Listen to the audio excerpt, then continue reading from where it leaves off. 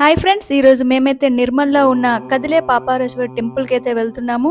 ఇక్కడ ఒక విశిష్టత ఏమిటి అంటే స్వయంగా శివుడే వచ్చి ఇక్కడ వెలిసారు అని అందరూ చెప్పుకుంటా ఉంటారు. ఎవరికైనా ఏమైనా దోషాలు ఉంటే అవన్నీ తొలగిపోతాయి అని కూడా చెప్తా ఉన్నారు. ప్రతి ఒక్కరు ఈ టెంపుల్ని అయితే ఒక్కసారి విజిట్ చేయాలి. ఆల్రెడీ ఎవరైనా విజిట్ చేసి ఉంటే కింద కమెంట్ బాక్స్లో మాకు కమెంట్ చేయండి. మేమైతే ఆల్మోస్ట్ రీచ్ అయిపోయాము టెంపుల్కి. చూసారు కదా, ఇదే టెంపుల్ అనమాట. ఇది ఎంట్రన్స్ వచ్చేసి. మేమైతే లోపలికి వెళ్తా ఉన్నాము దర్శనం కోసం. ఇంకా ఇలాంటి వీడియోస్ మీకు కావాలి అంటే మిస్ కాకుండా చూస్తూ ఉండండి మా ఛానల్ని. చూసారు కదండి, ఇది ఎంత పురాతనమైన టెంపుల్.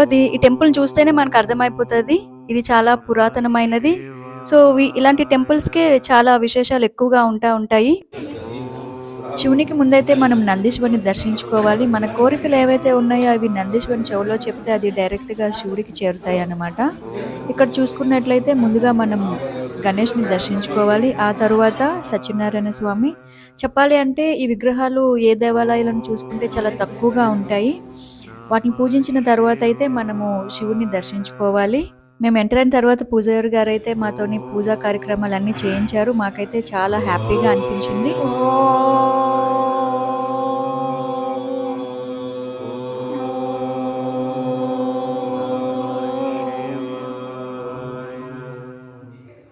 పాపరేశ్వర భగవాన్ కి, అన్నపూర్ణ మాతా కి, సనాతన ధర్మ కి, సర్వ సాధు సంతన కి, హర నమ పార్వతే పదే హర హర మహాదేవ శంభో శంకర.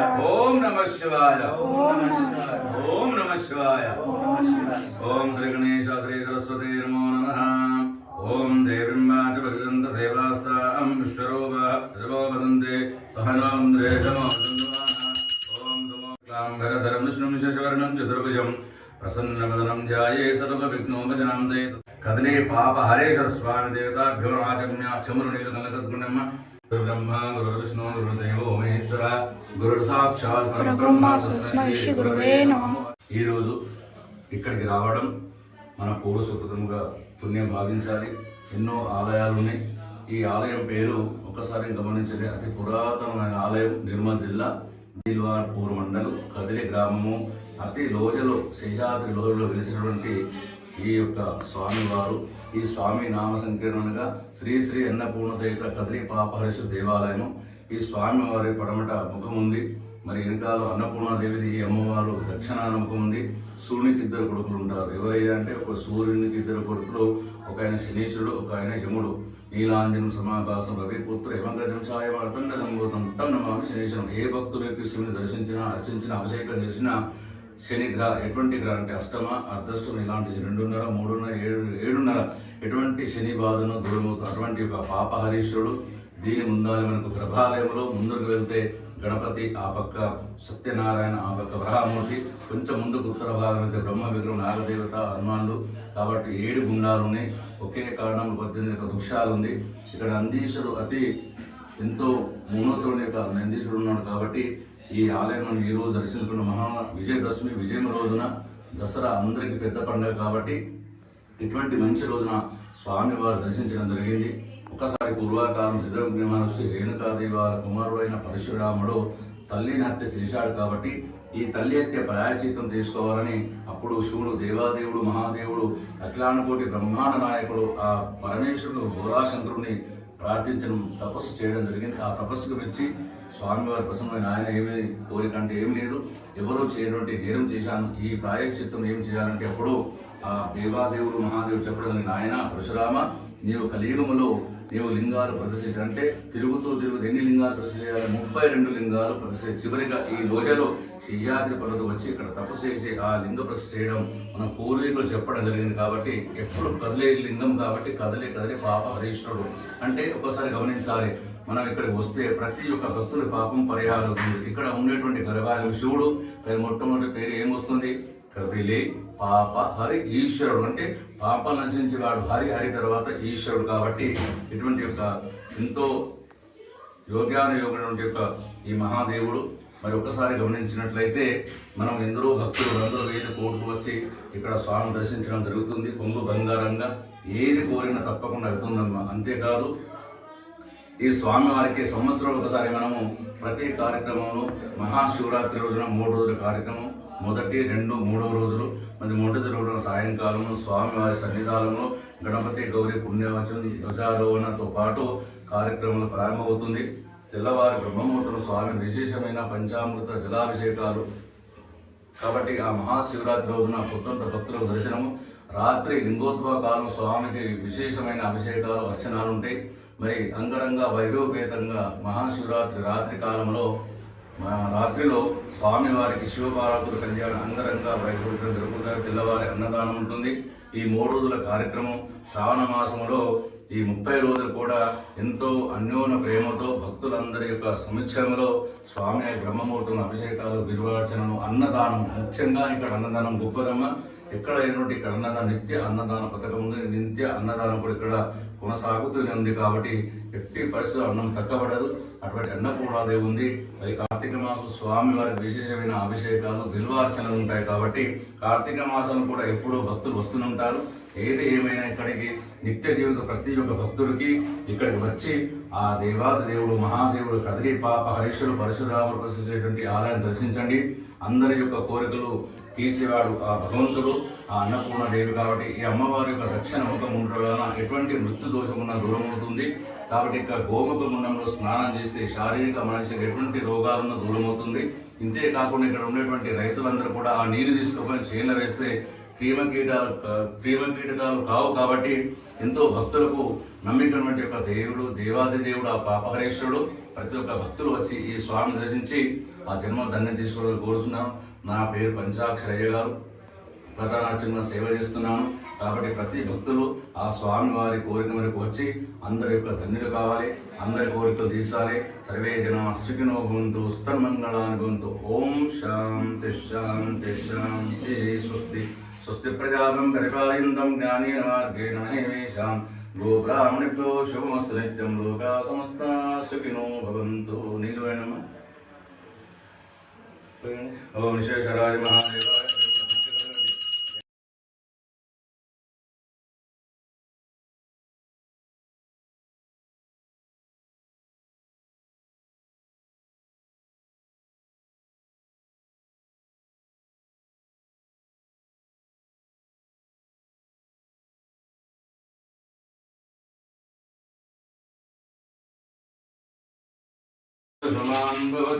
పుష్పం సమర్పయామి, బిల్వం పరికల్పయామి.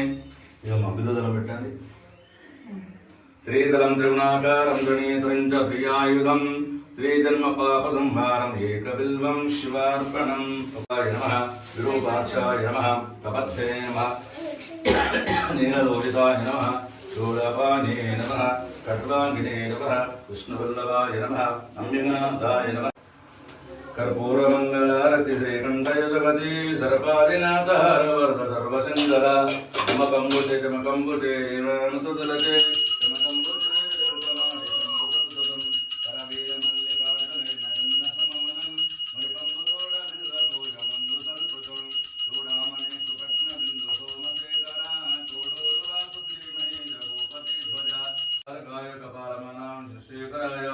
దివ్యాంబరాయ చ దివ్యాంబరాయ నమః శివాయ నమః శివాయ. కర్పూర మంగళహానిరాంజన దీపం దర్శయామి మంత్రపుష్పం. అందరు హార తీసుకున్నాము.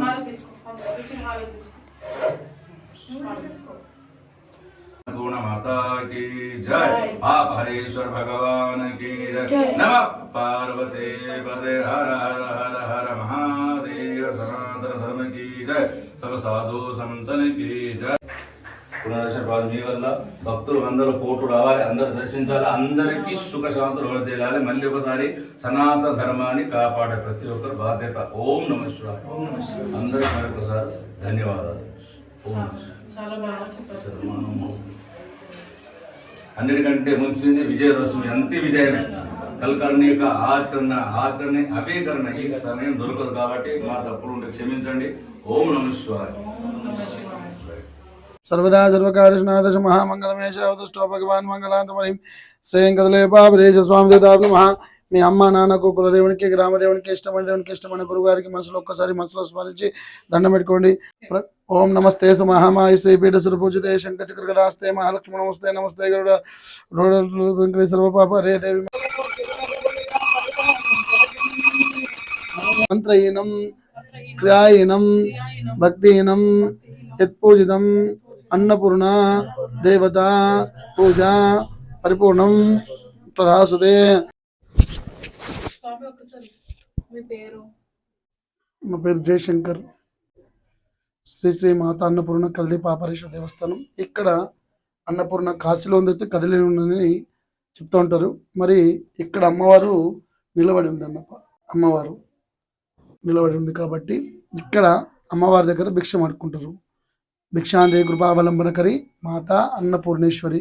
అదేవిధంగా కుంకుమార్చన కార్యక్రమం కానీ అమ్మవారి కోడిబియ్యం కార్యక్రమం కానీ, మరియు విశేషముగా అమ్మవారి దక్షిణముఖ ద్వారం ఉన్నది. దక్షిణమున యమధర్మరాజు పరిపాలిస్తాడు. ఇక్కడ ఒక్కసారి అమ్మవారి దర్శించిన, అర్థించిన, పూజించిన యమగండాలు దూరం అవుతాయి కాబట్టి, ఉదాహరణకు సినీ యాక్టర్ అయినటువంటి హరికృష్ణ వచ్చి ఇక్కడ దర్శనం చేసుకొని అపమృత్యు గండాలు కూడా దూరం చేసుకున్నాడు అమ్మవారు దర్శించుకుని. కాబట్టి అలాంటి గండాలు ప్రతి ఒక్కరికి ఉండాలని మనస్ఫూర్తిగా వేడుకుంటూ, ఈ అమ్మవారు దర్శించిన, అర్థించిన, పూజించిన అన్నపూర్ణి సదాపూర్ణి శంకర ప్రాణవల్లవి జ్ఞాన వైరాగ్య సిద్ధార్థం భిక్షాంతి ఈచ పార్వతి మాతాచ పార్వతి పితాదేవి.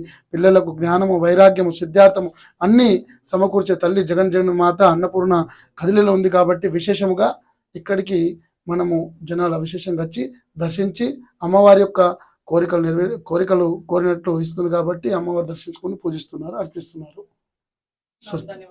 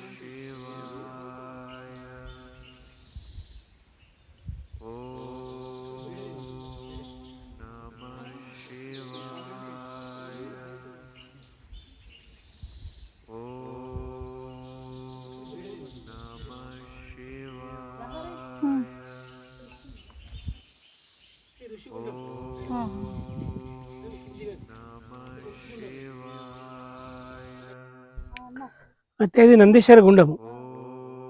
ఈ గుండము ఋషేశ్వర గుండం అంటే ఇందులో నుంచి వాటర్ 200 ఎకరాలు వాడుతుంది ఈ చిన్న గుండం. ఈ గుండం నుంచి అక్కడ నందీశ్వర గుండం ఉంటుంది. ఆ నందీశ్వర గుండం నుంచి ప్రతి గుండానికి వెళ్తుంది. ముఖ్యం ఏంటంటే ఇక్కడ 11 days కార్యక్రమం చేసినాం మేము. ఇక్కడే ఈ రాళ్ళు ఇంకా మంచి లేకుండా ఇట్లా పెద్ద కూర్చొని చేస్తున్నప్పుడు ఇందులో నుంచి మకర జ్యోతి బయటకు వచ్చింది. మేము 11 members ఇట్లా తిరిగి అందులోకి వెళ్ళిపోయింది చెట్టులోకి. అప్పటి నుంచి ఇక్కడ ధ్యానం చేస్తే సప్త ఋషుల మనకు భజనలు అవన్నీ వినబడుతుంటాయి. మనకు స్నేక్ కూడా వస్తుంది అప్పుడప్పుడు ఇక్కడికి.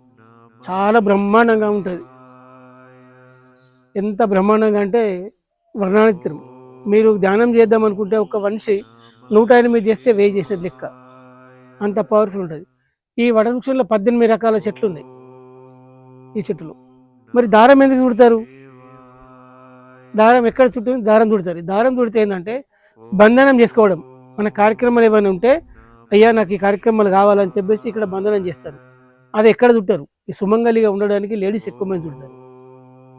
ఇది సోమవతి అమావాస్య రోజు కానీ మిగతా రోజులు శ్రావణ మాసంలో కానీ కంపల్సరీ చేస్తారు అట్లా ఈ దారం చుట్టుడు. దీంతో మనకు ఉన్న పవర్ పెరుగుతుంది. మనకైనా కష్టాలు కానీ తొలగిపోతుంటాయి ఈ చెట్టు వల్ల. అక్కడ ముందుకెళ్దాం. నందేశ్వర గుండం ఉంటుంది. సంతానం లేని వారు ఈ చూయించే చెట్టు ఏదైతే ఉందో ఆ చెట్టు నుంచి దూరి ఇక్కడ స్నానం చేసి వాళ్ళ బట్టలను ఇక్కడ వదిలేసుకుంటే ఎండిపోయిన వారు మంచిగా అవుతారు. ప్లస్ స్త్రీలకు సంతానం లేని వారు కంపల్సరిగా ఇక్కడ సంతానం జరుగుతుంది. ఈ ఒక చెట్టు నుంచి ఇంకో చెట్టు జాయింట్ అయింది చూడండి, ఇందులో నుంచి దూరిపోవాలి. అంతకు ముందు ఉండేది వేరే తన కట్ చేసింది కాబట్టి పోయి మళ్ళీ అక్కడ జాయింట్ అయిపోయింది. పైన జాయింటింగ్ అక్కడ ఉంటుంది చూడండి.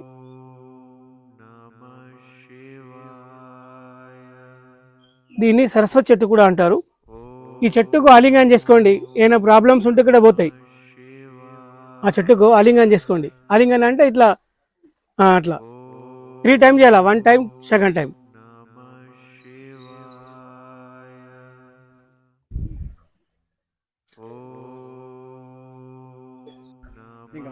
లింగం కాదు, నందీశ్వర ముఖం అంటారు,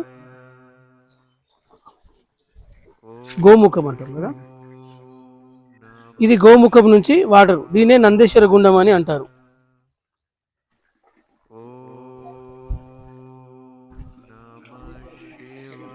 ఇది నందేశ్వర గుండం. ఇది గోముఖము అంటాం కదా, ఈ గోముఖము నుంచి వాటర్ వస్తాయి, అక్కడ నుంచి ఇటు వెళ్తాయి. 200 ఎకరాలు పొలం పడుతుంది. ఇంకోటి ఏంటంటే ఈ మేడి చెట్టు ఉంది కదా, మేడి చెట్టు దేనికంటే ప్రహ్లాదుడి యొక్క దీని కమ్మినప్పుడు నరసింహస్వామి పుట్టలు చీల్స్తాడు కదా, చీల్చినప్పుడు ఈ బొటన వేలలో మంట ఉంటుంది. ఈ మేడి పండ్లు అప్పుడు అమ్మవారు శక్తితో పెడతాను అట్లా. అయితే ఎప్పుడైతే ఈ మేడి చెట్టు ఎక్కడైతే ఉంటుందో అక్కడ స్నానం చేసిన వారికి బాధలు తగ్గిపోయి అని చెప్పేసి ఆయన వరం ఇస్తాడు. అయితే ఇక్కడ గాన్గాపూర్లో ఉండేది, అయితే మన దగ్గరనే ఉన్నది. మేడి చెట్టుకి స్నానం చేసిన వారికి మనశ్శాంతి, ఆరోగ్యము, ప్రశాంతంగా ఉంటుంది. ఇంకోటి ఏంటంటే ఈ అమ్మవారు చూపు దీంట్లో ఉంది కాబట్టి ఇందులో మనకి ఎలాంటి ప్రాబ్లం, దోషాలు ఉన్నా కానీ తొలగిపోతాయి.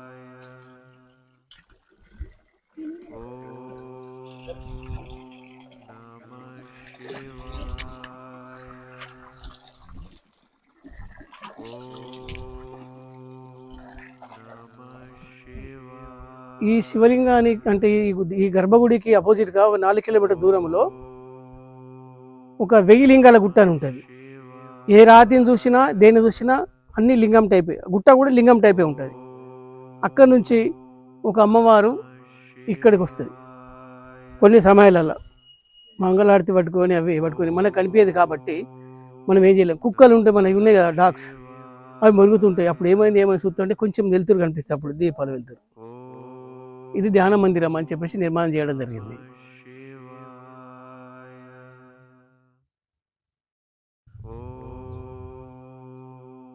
ప్రతి దగ్గర తూర్పున గుడి ఉంటుంది, ఇక్కడ పడమరన ఉంది. పడమరన శనీశ్వరుడు అధిపతి కాబట్టి శని ముఖంగా శని దేవుల విగ్రహాలు పోయే అవసరం లేదు. మనం ఇక్కడ శనికి దర్శనం చేసుకున్నట్లయితే ఇక్కడ శని విగ్రహాలు మనకు తొలగిపోతాయి. ఇంకోటి ఏంటంటే ఇక్కడ ఒకటి పైన ఒక దేవుడు ఉంటుంది, విగ్రహం, శివుని విగ్రహం ఉంటుంది, మీరు చూడలేరు, నేను చూస్తాను మీకు ఇప్పుడు. అమ్మవారు దక్షిణ ముఖంలో ఉంది కాబట్టి యమస్థానం యమస్థానం అంటే యమగండాలు కానీ యాక్సిడెంట్ బాల్ కానీ తొలగిపోతాయి.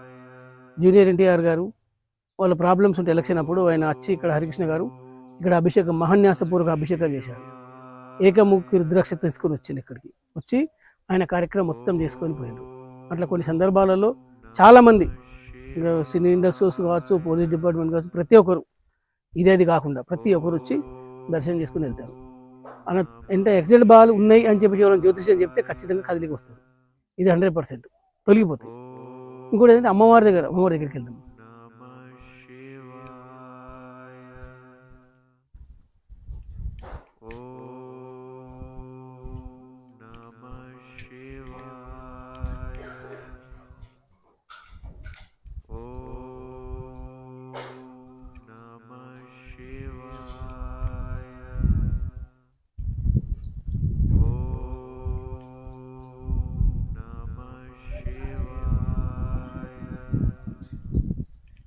ఇక్కడ బ్రహ్మ విగ్రహం, బ్రహ్మదేవునికి ఎక్కడ గుడి లేదు కానీ ఇక్కడ ఆయన రూపం ఉంది, విగ్రహం ప్రతిష్ట ఉంది, అన్నీ ఉన్నాయి. బ్రహ్మదేవుడు ఇక ఇంకా అమ్మవారు అన్నపూర్ణేశ్వరి. కా అంటే కదిలి, కా అంటే కైలాసం అన్నట్లు కా అనే అక్షరం మీద అమ్మవారు ఉంది. రండి.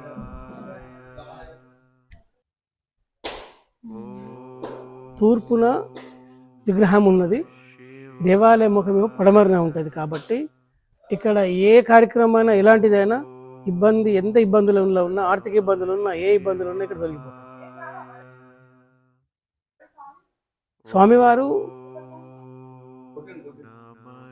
స్వామివారు ప్రత్యక్షంగా నిలబడి ఉన్న, అమ్మవారు ప్రత్యక్షంగా నిలబడి ఉంది. ఇక్కడ అమ్మవారి దగ్గర ఇంకో సంతాన లక్ష్మి ఉంటుంది. జయశంకర్ సంతాన లక్ష్మి ఉంటుంది. సంతాన లక్ష్మి అంటే ఎవరైనా సంతానం లేని వారు కానీ ఎలాంటి ప్రాబ్లమ్స్ ఉన్నా కానీ తొలగిపోతాయి. ఇక్కడ భిక్ష ఇస్తారు ఒకటి. నేను ఒక భిక్ష అంటే 9 days, సంవత్సరాలుగా 11 days, 12 days భిక్ష తీసుకోవాలి అమ్మవారి దగ్గర.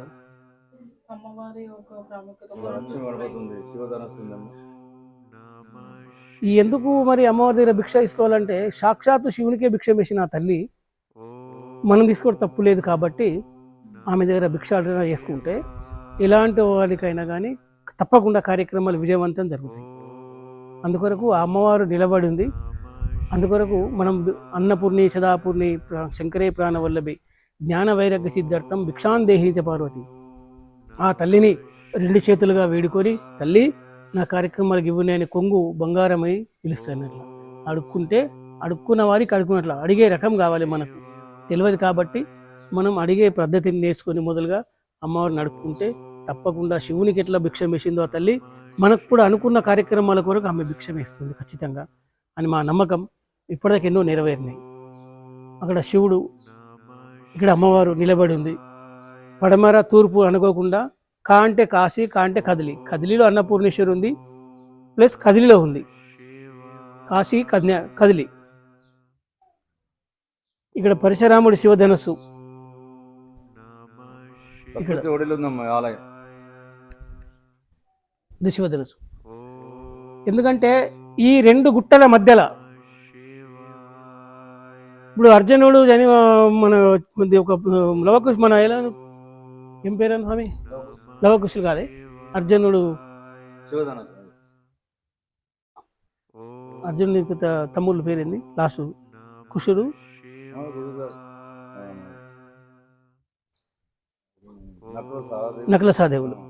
నకుల సహదేవులు నీ అంటే మా వాళ్ళు ఎవరైనా చనిపోతే నీ 2 వృద్ధాల మీద కాలు పెడతా అని చెప్పేసి ఒక శాస్త్రం చెప్పింది.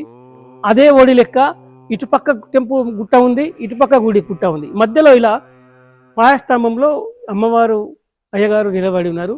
మళ్ళీ తూర్పున నది ప్రవాహం ఉంటుంది. చాలా ప్రతిష్ట అంటే విశిష్టత ఎంత చెప్పరా అని అంత ఉంటుంది. ఎవరు ఏ ఆరోగ్యపరంగా అయినా ఏలైనా లోటు ఉన్నచో ఇక్కడ వచ్చి నిద్ర చేసి ఇక్కడ అమ్మవారికి నామాలు మీసాలు కానీ అయ్యగారికి ప్లస్ అమ్మవారికి మనకు తోచినంత తాళి అవన్నీ పెట్టుకున్నట్లయితే ఇక్కడ స్నానం చేసినట్టు 100% ఈ కార్యక్రమం విజయవంతం అవుతుంది. నేను కాలేదని చెప్పి ఎవరితో వినం కూడా అంత పవర్ఫుల్ ఉంది. కరెంట్ పడవిలో మనం సౌండ్ ఎత్తే మళ్ళీ సౌండ్ రిటర్న్ వస్తుంది మనకు. అంత మంచి టెంపుల్, పాత టెంపుల్. ఓం నమ శివాయ, ఓం నమ శివాయ. లక్ష్మీ గణపతి ఉందమ్మా. లక్ష్మీ గణపతి ఎక్కడ విగ్రహం ఉంది అంటే లక్ష్మీ గణపతి హోమం చేస్తాం. ఆ హోమం చేస్తే ఎంత ప్రాబ్లం ఓన్లీ ఇక్కడ మన దర్శనం చేసుకుంటే చాలు. లక్ష్మీ గణపతి ఒక్కసారి హోమం చేయడం ఉంటుంది మేడం. అమ్మవారు దర్శించిన చాలు. గణపతి విగ్రహం కానొస్తుంది.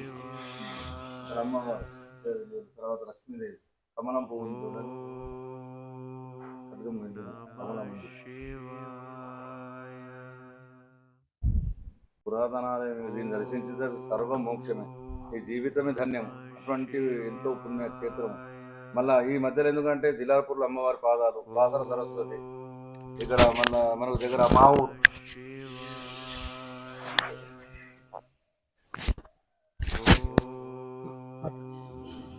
ఏదేమైనా జీవితంలో ఒక్కసారైనా మన అన్నపూర్ణ పాపరేశ్వర సహిత కదిలి పాపరేశ్వర స్వామి వారి సన్నిధానికి వచ్చి ప్రతి ఒక్క భక్తులు దర్శించాలి. ఎందుకంటే ఇక్కడ దిలాపూర్ మండలం ఉంది అమ్మవారి పాదాలు. ఇంకా ముందుకు మన 150 కిలోమీటర్లు వెళ్తే మరి మాహోర్ ఉంటుంది, అక్కడ ఏకవీర్ అమ్మవారు శక్తి.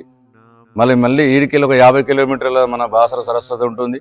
ఇటువంటి మళ్ళీ కాలువ లక్ష్మీనరసింహ స్వామి. ఈ ముఖ్యంగా ఈ ఉమ్మడి ఆదిలాబాద్ జిల్లాలోనే 3 ఆలయాలు ఉన్నాయి. ఈ 3 ఆలయాలు ఒకే రోజు దర్శించుకోవాలని మనం పూర్వీకులు చెప్పడం జరిగింది.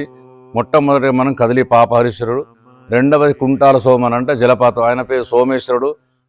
ఇచ్చోడ నుంచి లోపలికి వెళ్ళి శ్రీశైలమే మల్లన్న, పునరపి మరణం పునరపి జరణం అంటే ఈ 3 ఏకకాలం అంటే ఒకే రోజు దర్శనం చేస్తే ప్రతి ఒక్క భక్తులకు కోరిన కొరుగుతో పాటుగా మోక్షం ప్రాప్తమవుతుందని. ఎందుకంటే శివుడు మోక్షకారకుడు, ఈ ప్రతి భక్తులు కూడా స్వామివారి నిత్య జీవితంలో ఒక్కసారైనా ఈ స్వామి దర్శించుకోవాలి. ముఖ్యంగా అన్ని ఆలయాలు ఉన్నాయమ్మ, అన్ని ఆలయాలతో పాటు ఇది విశిష్టత ఎంతో ఎక్కువ ఉంది. కానీ కళ్ళార చూడాలి, చెవులార వినాలి, నోరాల అనాలి. అటువంటి ఆలయము. ప్రతిరోజు కూడా అన్నదానంతో పాటు విశేషమైన కార్యక్రమాలు ఉంటాయి. ఇక్కడ హోమ కార్యక్రమాలు కూడా ఉంటాయి. ప్రతి ఒక్క భక్తులు జీవితంలో ఒక్కసారైనా ఆ పాప, ఎందుకంటే ఒకసారి గమనించాలి, మనం అందరూ కూడా ప్రతి భక్తులు తిరుపతికి వెళ్ళడం జరుగుతుంది. ఈ హుండీలో రూపాయి నుంచి ₹1,00,00,000 వేస్తారు. అది మనం ఏమంటాం, వడ్డీ కాసుల వాడు, అంటే వడ్డీ కింద జమ అవుతుంటుంది. మరి ఇక్కడికి భక్తులు వస్తే కనీసం నిత్య జీవితంలో 84 లక్షల ఎత్తు మానవుది ఏమొచ్చింది కాబట్టి ఈ దేహములు కనీసం ఒక ఆవగింజంతైన పాపం పరిహారం అవుతుంది. కాబట్టి అందుకనే ప్రతి భక్తులు కూడా పెద్ద సంఖ్యలో వచ్చి ఆ పాపాలతో పాటుగా పరిహారం అవుతుంది, ఎన్ని దోషాలున్నా. ఎందుకంటే శివుడు భోలాశంకరుడు తొందర మన ప్రసన్నమయ్యేవారు.